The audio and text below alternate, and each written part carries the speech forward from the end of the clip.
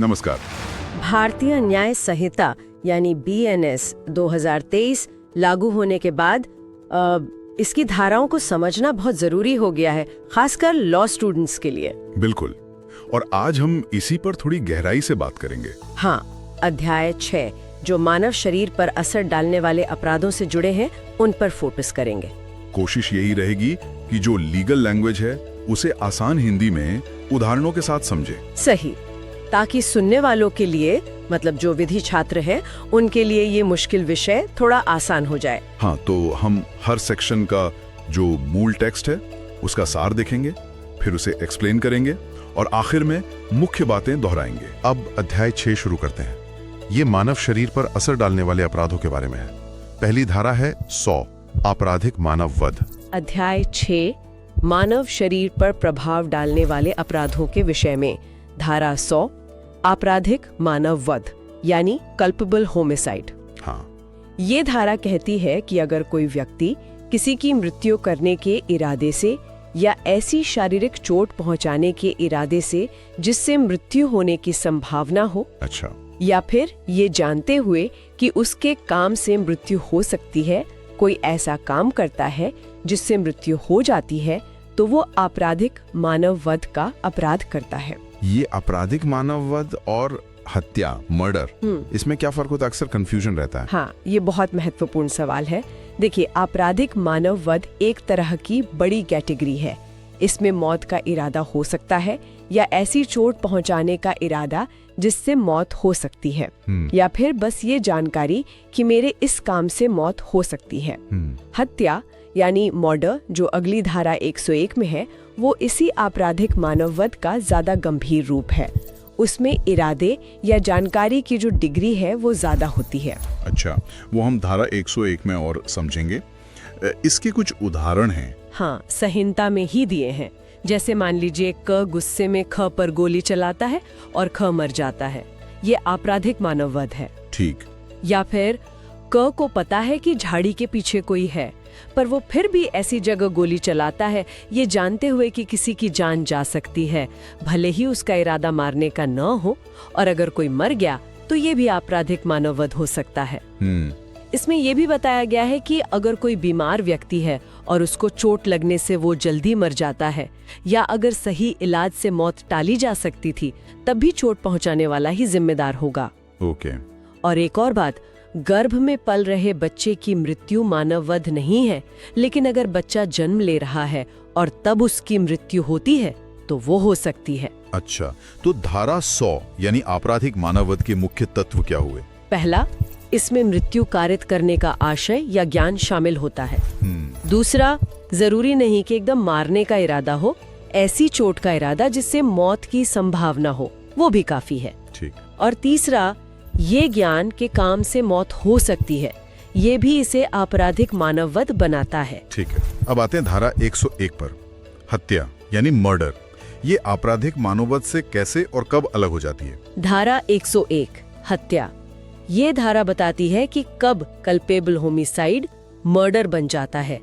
कुछ अपवादों को छोड़कर आपराधिक मानव वध हत्या है अगर पहला, हाँ, काम मौत करने के इरादे से किया गया हो, एकदम क्लियर इंटेंशन। ओके। या काम ऐसी शारीरिक चोट पहुंचाने के इरादे से किया गया हो जिससे अपराधी जानता हो कि मौत होना संभाव्य है, मतलब लाइकली है। या काम किसी को शारीरिक चोट पहुंचाने के इरादे से किया गया हो और वो चोट ऐसी हो कि प्रकृति के सामान्य क्रम में मौत के लिए काफी हो, मतलब सफिशिएंट हो। अच्छा। या फिर काम करने वाला व्यक्ति जानता हो कि उसका काम इतना खतरनाक है कि पूरी संभावना है कि वो मौत का कारण बनेगा ही, और वो ये जोखिम बिना किसी वजह के उठाए। तो यहाँ पर इरादे और जानकारी की जो डिग्री है वो बहुत ज्यादा है, मतलब निश्चितता ज्यादा है। बिल्कुल। हत्या में जो मेंस रिया यानी मानसिक तत्व है वो ज्यादा गंभीर होता है। जैसे इरादा सिर्फ चोट पहुंचाना नहीं, बल्कि ऐसी चोट पहुंचाना जो आम तौर पर घातक होती है, या ये जानते हुए खतरनाक काम करना कि मौत लगभग तय है। आपने कुछ अपवादों, एक्सेप्शंस का भी जिक्र किया था। हाँ, इसमें 5 स्थितियां हैं जहां आपराधिक मानव वध हत्या नहीं माना जाता। कौन कौन से? पहला, गंभीर और अचानक प्रकोपन, मतलब ग्रेव एंड सडन प्रोवोकेशन में सेल्फ कंट्रोल खो देना। दूसरा, प्राइवेट डिफेंस के अधिकार का इस्तेमाल करते हुए गुड फेथ में लिमिट क्रॉस कर जाना। ठीक। तीसरा, कोई पब्लिक सर्वेंट अपनी ड्यूटी करते हुए गुड फेथ में लिमिट क्रॉस कर दे। चौथा, अचानक झगड़ा हो जाए, सडन फाइट, और उसमें बिना सोचे समझे गुस्से में कोई ऐसा काम हो जाए जिससे मौत हो जाए पर कोई अनड्यू एडवांटेज न लिया गया हो।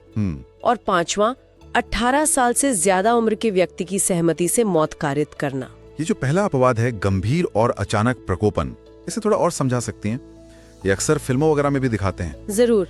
देखिए, अगर किसी को इतना सीरियस और अचानक उकसाया जाए कि वो अपना आपा खो दे, मतलब सेल्फ कंट्रोल खो दे, और उसी गुस्से में वो उकसाने वाले की या गलती से किसी और की मौत कर दे, तो वो हत्या नहीं मानी जाएगी।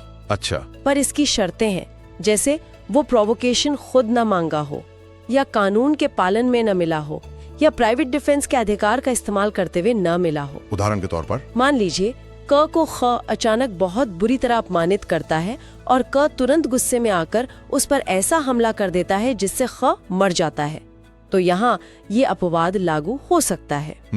लेकिन अगर क ने पहले से प्लान बनाया था कि वो ख को उकसाएगा ताकि उसे मारने का बहाना मिल जाए, तो फिर ये अपवाद काम नहीं करेगा। समझ गया।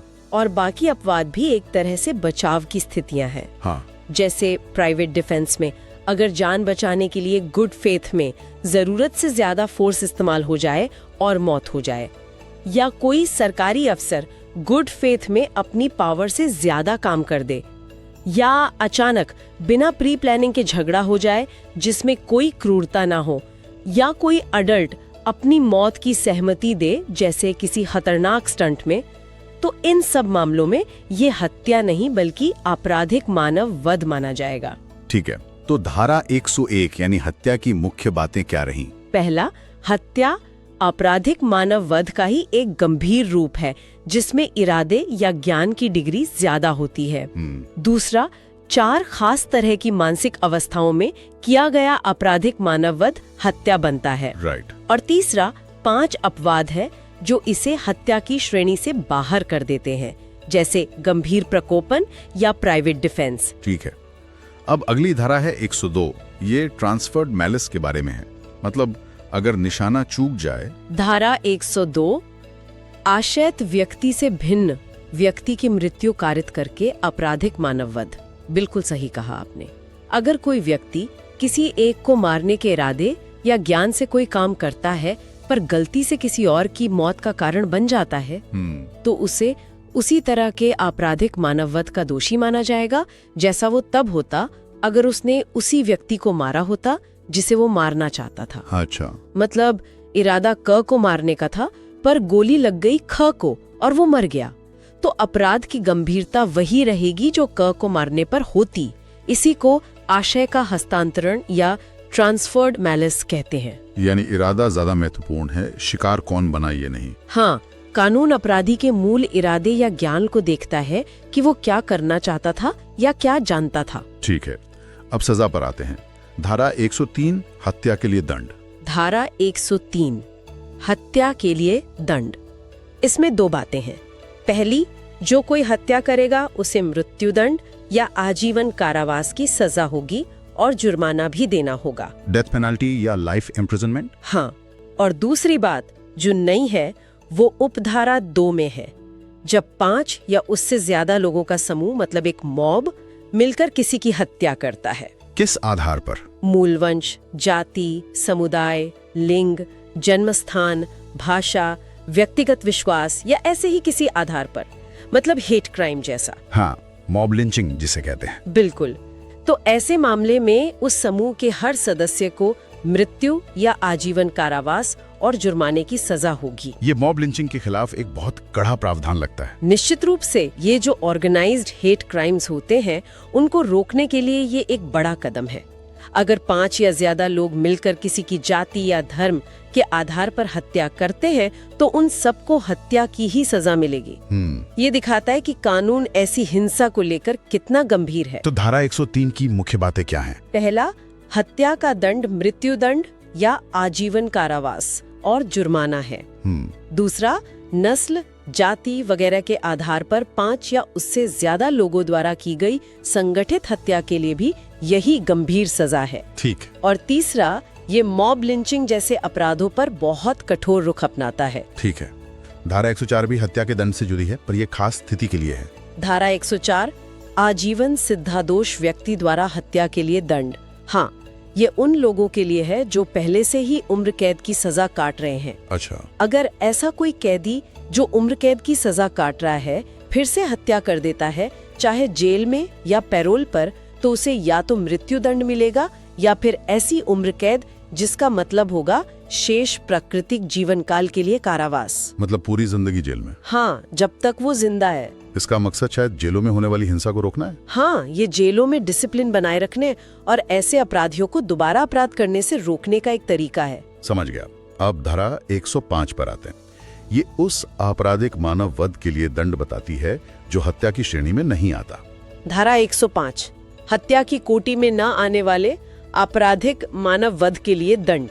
बिल्कुल, ये उन मामलों पर लागू होती है जो कल्पेबल होमिसाइड तो हैं पर मर्डर नहीं है, क्योंकि धारा 101 का कोई अपवाद लागू हो गया। हाँ, जैसे वो गंभीर प्रकोपन वाला मामला। सही। तो इसमें 2 लेवल की सजा है। क्या है वो?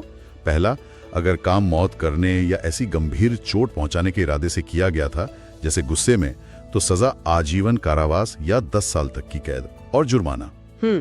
और दूसरा, अगर काम मौत करने के इरादे के बिना लेकिन ये जानते हुए किया गया था कि मौत हो सकती है, तो सजा 10 साल तक की कैद और जुर्माना। तो यहाँ भी इरादे और ज्ञान के आधार पर सजा अलग अलग है। बिल्कुल, इरादा जितना गंभीर, सजा उतनी कड़ी। ठीक है। अब धारा 106 ये उपेक्षा यानी नेग्लिजेंस से मौत के बारे में है। धारा 106 उपेक्षा द्वारा मृत्यु कारित करना। इसका पहला भाग कहता है कि अगर कोई उतावलेपन या लापरवाही से कोई ऐसा काम करता है जिससे किसी की मौत हो जाती है और वो आपराधिक मानववध नहीं है, तो उसे 5 साल तक की कैद और जुर्माना हो सकता है। लेकिन इसी में एक खास बात है डॉक्टरों के लिए। अच्छा, वो क्या है?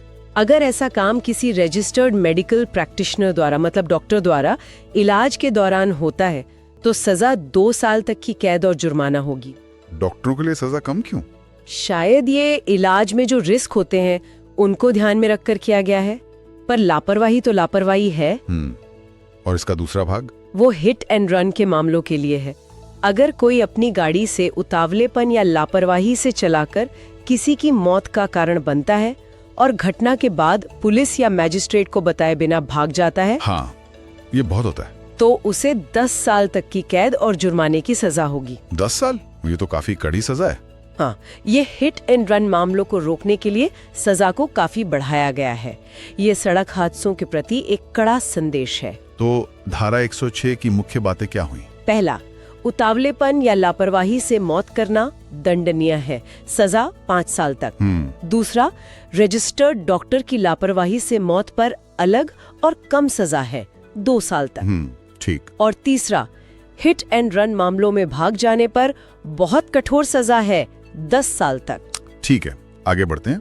धारा 107 और 108 आत्महत्या के उकसावे यानी एबेटमेंट ऑफ सुसाइड से संबंधित हैं। तो धारा 107 किसके लिए है? धारा 107 शिशु या विकृत चित्त व्यक्ति की आत्महत्या का दुष्प्रेरण। ये कहती है कि अगर कोई शिशु यानी 18 साल से कम का बच्चा या कोई मानसिक रूप से बीमार व्यक्ति या कोई पागल व्यक्ति या नशे में धुत व्यक्ति आत्महत्या कर लेता है, तो ऐसे व्यक्ति को आत्महत्या के लिए उकसाने वाले को बहुत गंभीर सजा मिलेगी, मृत्युदंड या आजीवन कारावास या 10 साल तक की कैद और जुर्माना। मृत्युदंड भी? ये तो बहुत ही गंभीर अपराध माना गया है। हाँ, क्योंकि ये समाज की सबसे वल्नरेबल, सबसे कमजोर लोगों की सुरक्षा से जुड़ा है। उनको आत्महत्या के लिए उकसाना बहुत ही गंभीर अपराध है। और धारा 108 क्या है फिर? धारा 108 आत्महत्या का दुष्प्रेरण। ये सामान्य मामलों के लिए है। अगर कोई भी व्यक्ति जो धारा 107 की कैटेगरी में नहीं आता आत्महत्या कर लेता है, तो उसे उकसाने वाले को 10 साल तक की कैद और जुर्माने की सजा होगी। तो मतलब धारा 107 खास वल्नरेबल लोगों के लिए है और सजा ज्यादा है, और धारा 108 सामान्य मामलों के लिए है और सजा थोड़ी कम है। बिल्कुल सही, आपने एकदम ठीक समझा। चलिए अब प्रयास यानी अटेम्प्ट पर आते हैं। धारा 109 हत्या करने का प्रयत्न, अटेम्प्ट टू मर्डर। धारा 109 हत्या करने का प्रयत्न।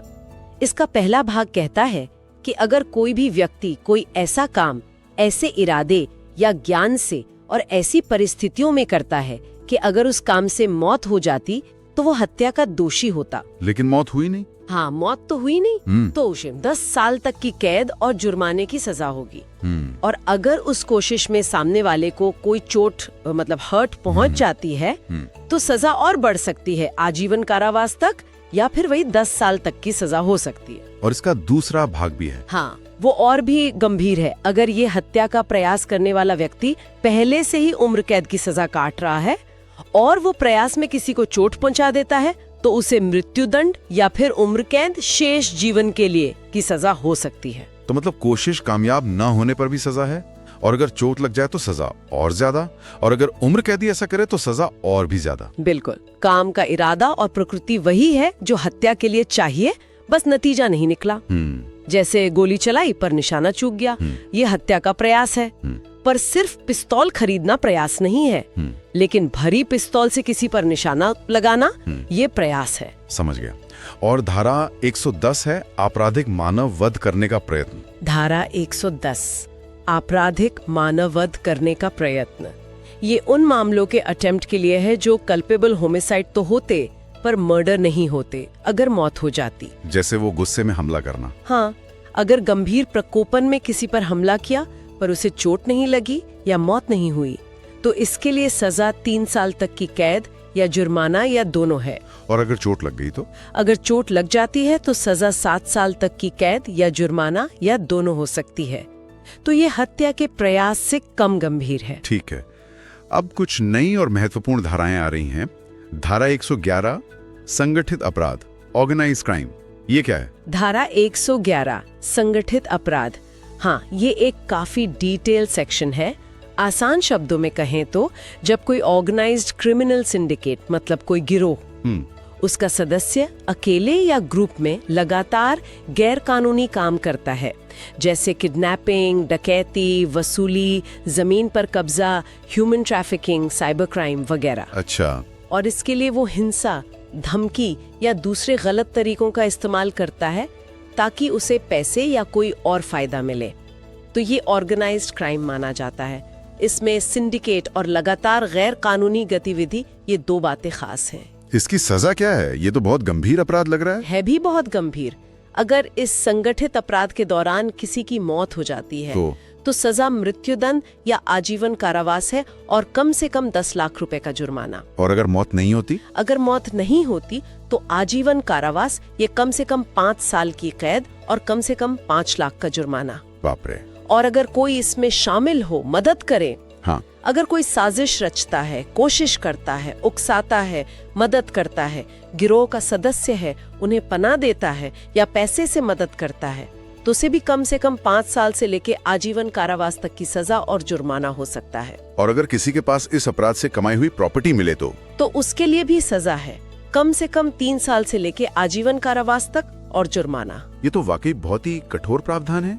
क्या धारा 112 छोटे संगठित अपराध इसी से जुड़ी है?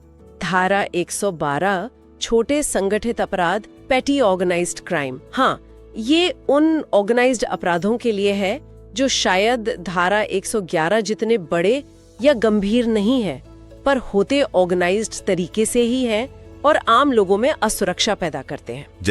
जैसे संगठित तरीके से चोरी करना, स्नैचिंग यानी झपटमारी करना, धोखाधड़ी करना, गैर कानूनी तरीके से टिकट बेचना, एग्जाम के पेपर लीक करना वगैरह। अच्छा, ये सभी ऑर्गेनाइज्ड क्राइम में आ सकता है? हाँ, अगर ये संगठित रूप से किया जा रहा है। इसके लिए सजा कम से कम 1 साल से लेकर ज्यादा से ज्यादा 7 साल तक की कैद और जुर्माना है। ठीक है। और फिर है धारा 113 आतंकवादी कृत्य, टेररिस्ट एक्ट। धारा 113 आतंकवादी कृत्य, ये भी एक बहुत ही गंभीर अपराध है। कोई भी ऐसा काम, हाँ, जो भारत की एकता, अखंडता, सुरक्षा, आर्थिक सुरक्षा या संप्रभुता को खतरे में डालने के इरादे से या आम जनता में आतंक फैलाने के इरादे से किया जाए। इसमें क्या क्या शामिल है? इसमें बम, डायनामाइट या दूसरे खतरनाक पदार्थों का इस्तेमाल, हथियार चलाना जिससे मौत हो, लोग घायल हों, प्रॉपर्टी का नुकसान हो, जरूरी सेवाओं में बाधा आए, देश की आर्थिक स्थिरता को नुकसान पहुंचे। इसके अलावा जाली नोट फैलाना, लोगों को बंधक बनाना, सरकारी अफसरों को डराना, ये सब शामिल है। इसका दंड भी ऑर्गेनाइज्ड क्राइम जैसा ही कठोर होगा। हाँ, बल्कि कुछ मामलों में शायद उससे भी ज्यादा। अगर आतंकी कृत्य से किसी की मौत होती है तो सजा मृत्यु दंड या आजीवन कारावास और जुर्माना है। और अगर मौत ना हो तो कम से कम 5 साल से लेकर आजीवन कारावास तक की सजा और जुर्माना। और इसमें भी मदद करने वालों के लिए सजा है। बिल्कुल, साजिश रचना, कोशिश करना, उकसाना, मदद करना, पैसा देना, पनाह देना, इन सब के लिए भी कम से कम 5 साल से लेकर आजीवन कारावास तक की सजा और जुर्माना है। यहाँ तक कि किसी आतंकवादी संगठन का सदस्य होना या आतंकवाद से कमाई संपत्ति रखना भी बहुत गंभीर अपराध है, जिसमें उम्र कैद तक हो सकती है। ये तीनों धाराएं 111, 112 और 113 ऐसा लगता है कि बीएनएस में नए तरह के और जो ऑर्गेनाइज तरीके से होने वाले अपराध हैं उनसे निपटने के लिए खास तौर पर डाली गई हैं। बिल्कुल, ये आज के समय की जो चुनौतियां हैं, जैसे ऑर्गेनाइज्ड क्राइम और टेररिज्म, उनको सीधे तौर पर एड्रेस करने की कोशिश है। चलिए अब उपहति, हर्ट और घोर उपहति, ग्रीवियस हर्ट पर आते हैं। धारा 114 उपहति को परिभाषित करती है। धारा 114 उपहति, हाँ, इसकी परिभाषा बहुत सीधी है। जो कोई किसी व्यक्ति को शारीरिक पीड़ा यानी बॉडीली पेन या रोग यानी डिजीज या अंग शैथिल्य यानी इन्फर्मिटी पहुंचाता है, वो उपहति करता है। मतलब साधारण चोट या तकलीफ पहुंचाना। हाँ, बिल्कुल। और धारा 115 है स्वेच्छा या उपहति कारित करना, मतलब जानबूझकर चोट पहुंचाना। धारा 115 स्वेच्छा या उपहति कारित करना, वॉलंटरीली कॉजिंग हर्ट। सही, जब कोई व्यक्ति इरादे से या ये जानते हुए कि ऐसा हो सकता है किसी को उपहति पहुंचाता है। इसकी सजा क्या है? सामान्य मामलों में, मतलब अगर वो प्रोवोकेशन वाला मामला नहीं है, तो सजा 1 साल तक की कैद या 10,000 रुपए तक का जुर्माना या दोनों हो सकती है। ठीक है, तो अब धारा 116 बताएगी कि घोर उपहति यानी ग्रीवियस हर्ट क्या है, उपहति से ज्यादा गंभीर। धारा 116 घोर उपहति ग्रीवियस हर्ट, हाँ, ये उन 8 तरह की चोटों की लिस्ट देती है जिन्हें कानून घोर यानी गंभीर मानता है। कौन कौन सी हैं वो 8 चोटें? पहली है पुंसत्वाहरण यानी इमैस्कुरेशन, दूसरी किसी एक आंख की रोशनी का परमानेंट लॉस, तीसरी किसी एक कान की सुनने की शक्ति का परमानेंट लॉस, चौथी किसी अंग या जोड़ का विच्छेद मतलब कट जाना, पांचवी किसी अंग या जोड़ की शक्ति का परमानेंट लॉस या कम हो जाना। ओके। छठी सिर या चेहरे का परमानेंट डिसफिगरमेंट मतलब चेहरा हमेशा के लिए बिगड़ जाना। सातवीं हड्डी या दांत का फ्रैक्चर या डिसलोकेशन। और आठवीं है कोई ऐसी चोट जिससे जान को खतरा हो या जिसके कारण चोट लगने वाला व्यक्ति 20 दिन तक तेज दर्द में रहे या अपना रोजमर्रा का काम ना कर पाए। फिर तो काफी स्पेसिफिक है। और धारा 117 फिर इसकी सजा बताती होगी। धारा 117 स्वेच्छा घोर उपहति कारित करना। हाँ, सामान्य तौर पर इसकी सजा 7 साल तक की कैद और जुर्माना है। लेकिन इसमें भी कुछ खास बातें हैं। हाँ, 2 खास बातें हैं। पहली, अगर इस चोट से परमानेंट डिसेबिलिटी हो जाए, मतलब स्थायी विकलांगता, या व्यक्ति परसिस्टेंट वेजिटेटिव स्टेट में चला जाए, जिसे कोमा भी कहते हैं, हाँ, तो सजा बहुत बढ़ जाती है। कम से कम 10 साल से लेकर आजीवन कारावास तक हो सकती है। ओह, और दूसरी खास बात? दूसरी वही संगठित वाली बात है। अगर 5 या उससे ज्यादा लोग मिलकर किसी की जाति, धर्म वगैरह के आधार पर उसे ग्रीवियस हर्ट पहुंचाते हैं, तो उस ग्रुप के हर सदस्य को 7 साल तक की कैद और जुर्माना होगा। तो यहाँ भी स्थायी विकलांगता और ऑर्गेनाइज्ड हेट क्राइम के लिए कड़ी सजा का प्रावधान है। हाँ, ये बीएनएस में एक पैटर्न सा दिखता है। अपराध के जो गंभीर परिणाम है और जो उसकी संगठित प्रकृति है, उस पर ज्यादा जोर दिया गया है। ठीक है, अब धारा 118 ये खतरनाक हथियारों से चोट पहुंचाने पर है।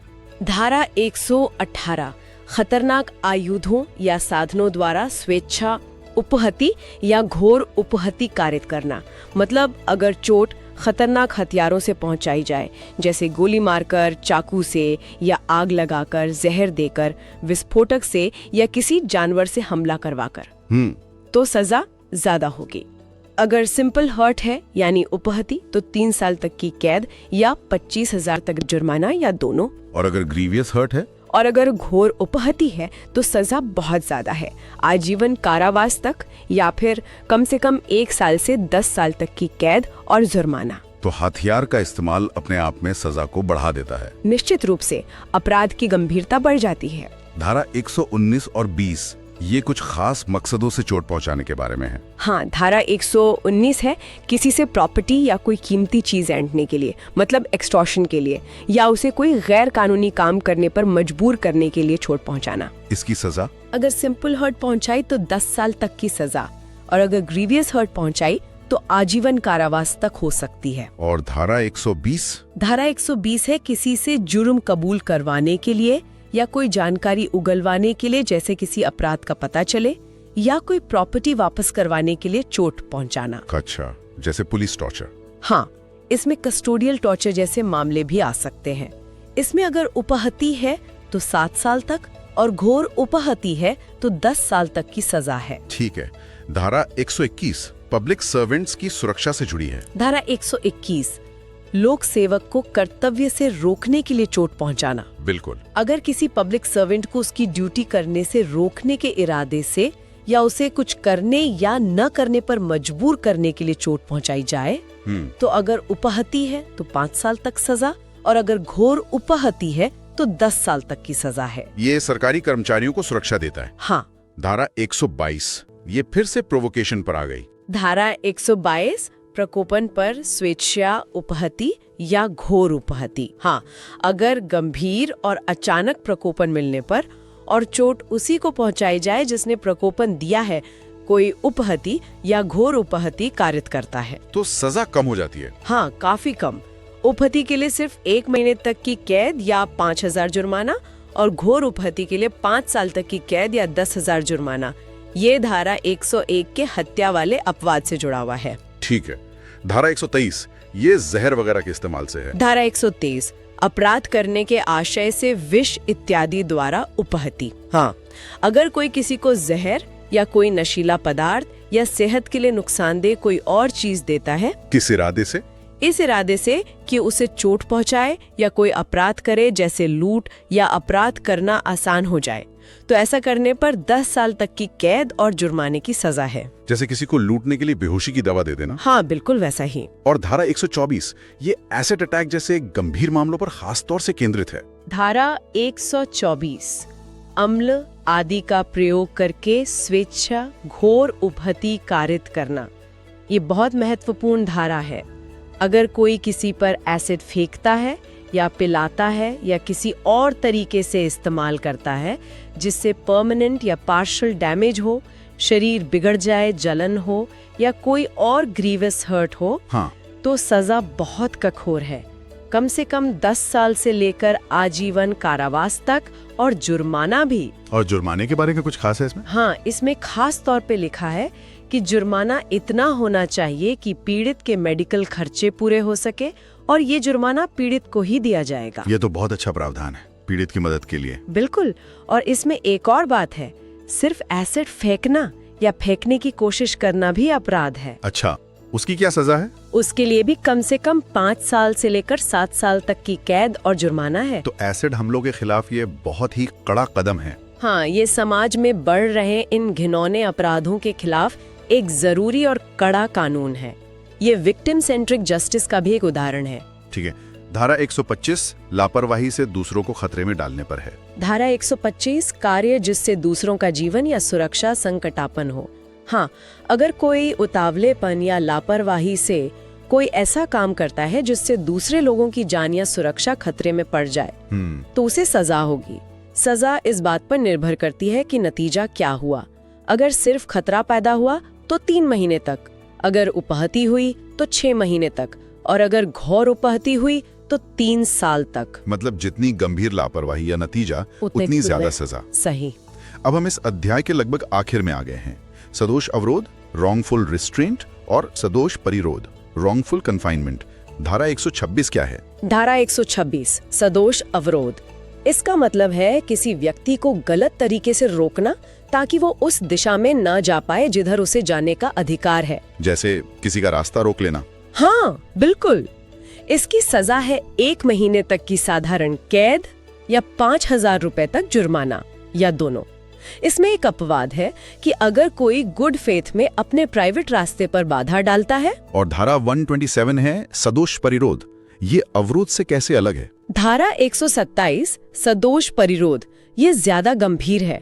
इसका मतलब है किसी व्यक्ति को इस तरह गलत तरीके से रोकना कि वो एक तय सीमा से बाहर ही ना जा पाए, मतलब उसे कैद कर लेना। अच्छा, जैसे किसी को कमरे में बंद कर देना? हाँ, इसकी सजा कैद की अवधि और मकसद पर निर्भर करती है। कैसे? सामान्य परिरोध के लिए 1 साल तक की कैद या 5,000 जुर्माना। अगर 3 या उससे ज्यादा दिन के लिए कैद रखा तो 3 साल तक सजा और जुर्माना। 10 या उससे ज्यादा दिन के लिए रखा तो 5 साल तक सजा और जुर्माना। और अगर किसी खास मकसद से कैद किया हो? हाँ, अगर किसी को छुपी हुई जगह पर कैद रखा है या उससे प्रॉपर्टी ऐंठने के लिए या जुर्म कबूल करवाने के लिए कैद किया है तो सजा और भी ज्यादा हो जाती है। तो अवरोध हुआ रास्ता रोकना और परिरोध हुआ कैद करना। बिल्कुल सही। शुरू करते हैं धारा 128 से। अध्याय 6 मानव शरीर पर प्रभाव डालने वाले अपराधों के विषय में जारी। धारा 128 से किसी एक द्वारा कारित करता है, अर्थात कोई व्यक्ति किसी अन्य व्यक्ति पर बल का प्रयोग करता है। यह कहा जाता है यदि वह उस अन्य व्यक्ति में गति परिवर्तन या गतिहीनता कारित कर देता है, या यदि वह किसी पदार्थ में ऐसी गति परिवर्तन या गतिहीनता कारित कर देता है जिससे उस पदार्थ का स्पर्श उस अन्य व्यक्ति के शरीर के किसी भाग से या किसी ऐसी चीज से जिसको वह अन्य व्यक्ति पहने हुए है या ले जा रहा है, या किसी ऐसी चीज से जो इस प्रकार स्थित है कि ऐसे स्पर्श से उस अन्य व्यक्ति की संवेदन शक्ति पर प्रभाव पड़ता है। क अपनी निजी शारीरिक शक्ति द्वारा। ग किसी जीव जंतु को गतिमान होने, गति परिवर्तन करने या गतिहीन होने के लिए उत्प्रेरित द्वारा। अच्छा, तो ये तो हुई कानूनी भाषा। इससे थोड़ा आसान शब्दों में समझाएंगे? बल या फोर्स का मतलब क्या है यहाँ? हाँ, देखिए, कानून में बल का मतलब सिर्फ शारीरिक ताकत दिखाना नहीं है। जब कोई व्यक्ति अपने किसी काम से किसी दूसरे व्यक्ति में या किसी चीज में हरकत लाता है या हरकत को बदलता है या उसे रोक देता है। हरकत में बदलाव या ठहराव। ठीक है। हाँ। और इस हरकत या बदलाव का असर उस दूसरे व्यक्ति की महसूस करने की शक्ति, मतलब संवेदन शक्ति पर पड़ना चाहिए। अच्छा, मतलब उसे महसूस होना चाहिए। जी हाँ, ये एहसास सीधे शरीर को छूने से हो सकता है या उसके पहने हुए कपड़ों को या उसके हाथ में पकड़े सामान को छूने से भी हो सकता है। जैसे कोई उदाहरण देंगे? बिल्कुल, जैसे किसी को धक्का देना, ये हुआ अपनी शारीरिक शक्ति से। या मान लीजिए किसी के रास्ते में कुर्सी खिसका दी ताकि वो रुक जाए या गिर जाए, ये हुआ किसी पदार्थ का इस्तेमाल करके। और वो तीसरा तरीका, जीव जंतु वाला? हाँ, जैसे अपने कुत्ते को किसी पर भौंकने या हमला करने के लिए उकसाना। ये तीनों ही तरीके कानून की नजर में बल का प्रयोग माने जाते हैं। ठीक है, तो अगर धारा 128 के मुख्य पॉइंट्स बताने हो तो क्या होंगे? संक्षेप में कहें तो पहला, बल का मतलब है किसी व्यक्ति या वस्तु में गति लाना, बदलना या रोकना। दूसरा, इस बदलाव का असर दूसरे व्यक्ति की संवेदन शक्ति पर पड़ना जरूरी है। तीसरा, ये 3 तरीकों से हो सकता है, अपनी शारीरिक शक्ति से, किसी वस्तु के जरिए या किसी जानवर को उकसाकर। तीसरा, ये 3 तरीकों से हो सकता है। और चौथा, स्पर्श सीधा भी हो सकता है और अप्रत्यक्ष भी, जैसे कपड़ों या सामान के जरिए। स्पष्ट है। अब ये सामान्य बल आपराधिक बल यानी क्रिमिनल फोर्स कब बन जाता है? शायद अगली धारा इसी के बारे में है। जी, धारा 129 इसी पर है। धारा 129 आपराधिक बल। औपचारिक स्वर में जो कोई किसी व्यक्ति पर उस व्यक्ति की सम्मति के बिना बल का प्रयोग किसी अपराध को करने के लिए या ऐसे बल के प्रयोग से उस व्यक्ति को जिस पर बल का प्रयोग किया गया है क्षति, भय या शोभ कारित करने के आशय से साशय करता है या ऐसे बल के प्रयोग से संभाव्यतः उसे कारित करेगा यह जानते हुए करता है, वह उस अन्य व्यक्ति पर आपराधिक बल का प्रयोग करता है, यह कहा जाता है। तो इसमें आपराधिक शब्द जुड़ गया, क्या चीज इसे आपराधिक बनाती है? देखिए, यहाँ 3 बातें बहुत महत्वपूर्ण हैं। पहला, बल का प्रयोग। दूसरा, पीड़ित की सहमति के बिना। और तीसरा, सबसे जरूरी, इरादा या ज्ञान। इरादा या ज्ञान मतलब बल का प्रयोग या तो किसी अपराध को करने के लिए किया गया हो, या फिर इस इरादे से किया गया हो कि पीड़ित को क्षति पहुंचे, या उसे डर लगे, या उसे परेशानी हो, या फिर ये जानते हुए किया गया हो कि ऐसा हो सकता है। अच्छा, तो बिना सहमति और गलत इरादे से किया गया बल ही आपराधिक बल है। बिल्कुल। अगर इरादा गलत नहीं है या सहमति है तो वो आपराधिक बल नहीं होगा। जैसे खेल कूद में धक्का लग जाना आपराधिक बल नहीं है, लेकिन किसी की जेब काटने के लिए धक्का देना वो आपराधिक बल है। और उदाहरण, जैसे किसी को डराने के लिए? हाँ, जैसे किसी को डराने के लिए सिर्फ हाथ उठाना जिससे उसे लगे कि अब मार पड़ने वाली है, या किसी को तंग करने के लिए उस पर पानी फेंक देना, ये सब आपराधिक बल हो सकते हैं अगर सहमति नहीं है और इरादा डराने या परेशान करने का है। समझ गई।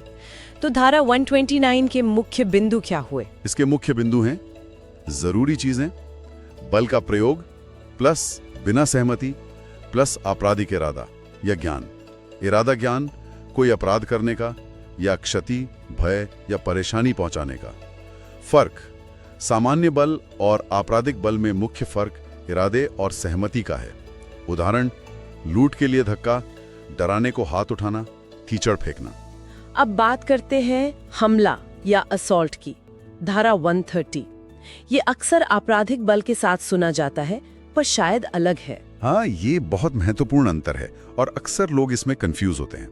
धारा 130 हमला, जो कोई अंग विक्षेप या कोई तैयारी इस आशय से या यह संभाव्य जानते हुए करता है कि ऐसे अंग विक्षेप या ऐसी तैयारी से किसी उपस्थित व्यक्ति को यह आशंका हो जाएगी कि जो कोई वह अंग विक्षेप या तैयारी करता है वह उस व्यक्ति पर आपराधिक बल का प्रयोग करने ही वाला है, वह हमला करता है, यह कहा जाता है।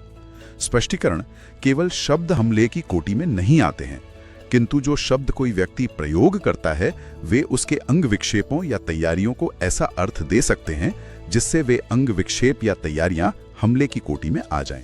अंग विक्षेप या तैयारी, इसका मतलब इसमें असल में छूना या मारना जरूरी नहीं है। बिल्कुल सही। हमले में शारीरिक स्पर्श या असल में बल का प्रयोग होना जरूरी नहीं है।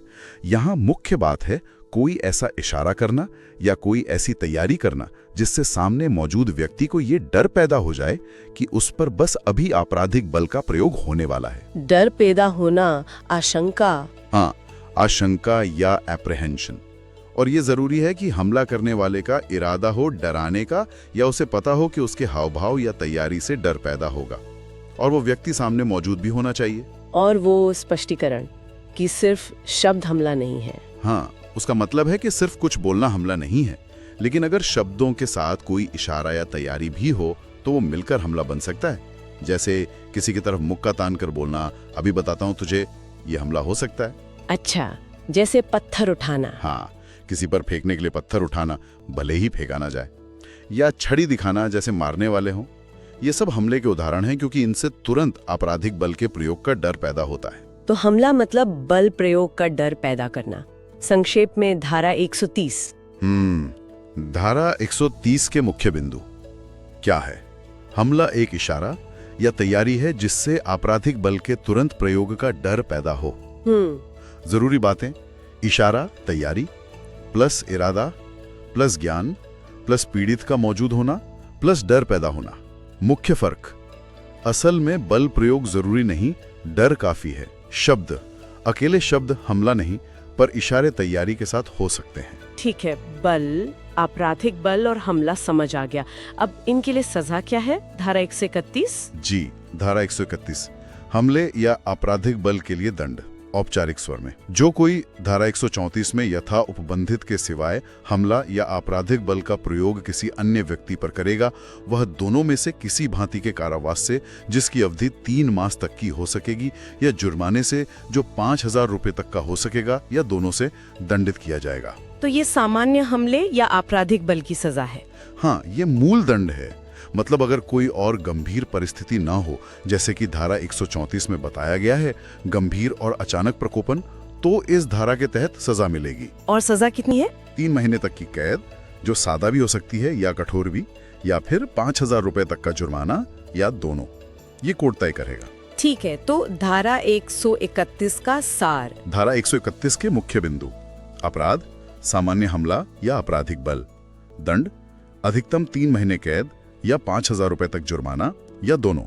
अपवाद, धारा 134 गंभीर प्रकोपन वाले मामले इसमें नहीं आते।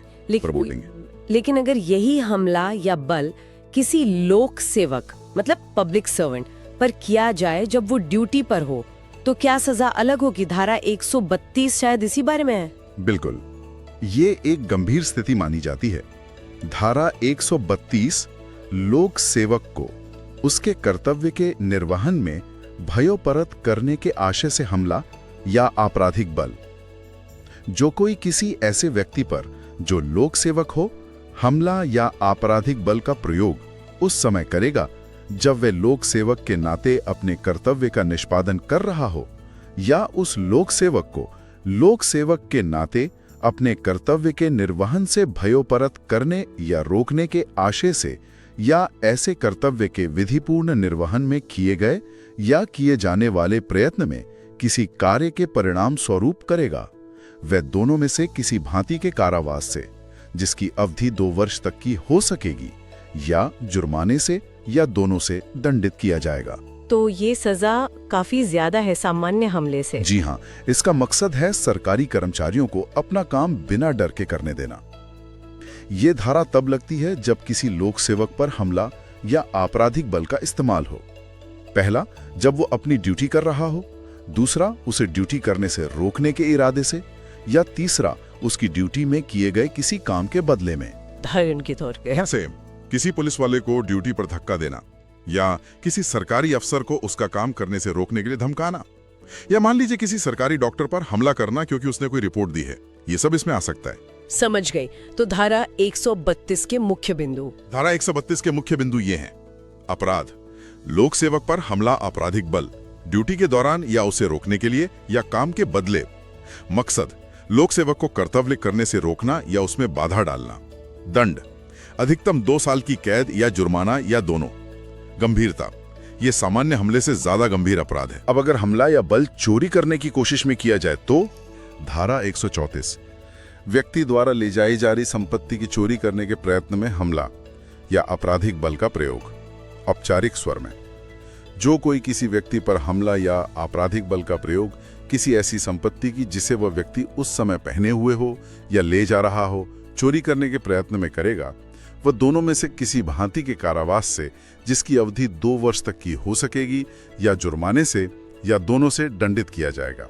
इसमें प्रयत्न यानी अटेम्प्ट शब्द महत्वपूर्ण लग रहा है। बिल्कुल, ये धारा तब लगती है जब कोई किसी पर हमला या बल का प्रयोग करता है और मकसद होता है उस व्यक्ति का कोई सामान छीनना या चुराना जो उसने पहना हुआ है या लेकर जा रहा है, लेकिन वो सिर्फ कोशिश करता है, चोरी हो नहीं पाती। मतलब अगर चोरी हो गई तो? अगर चोरी सफल हो गई, मतलब सामान छीन लिया, तो वो लूट बन सकती है, जिसकी सजा अलग और ज्यादा है।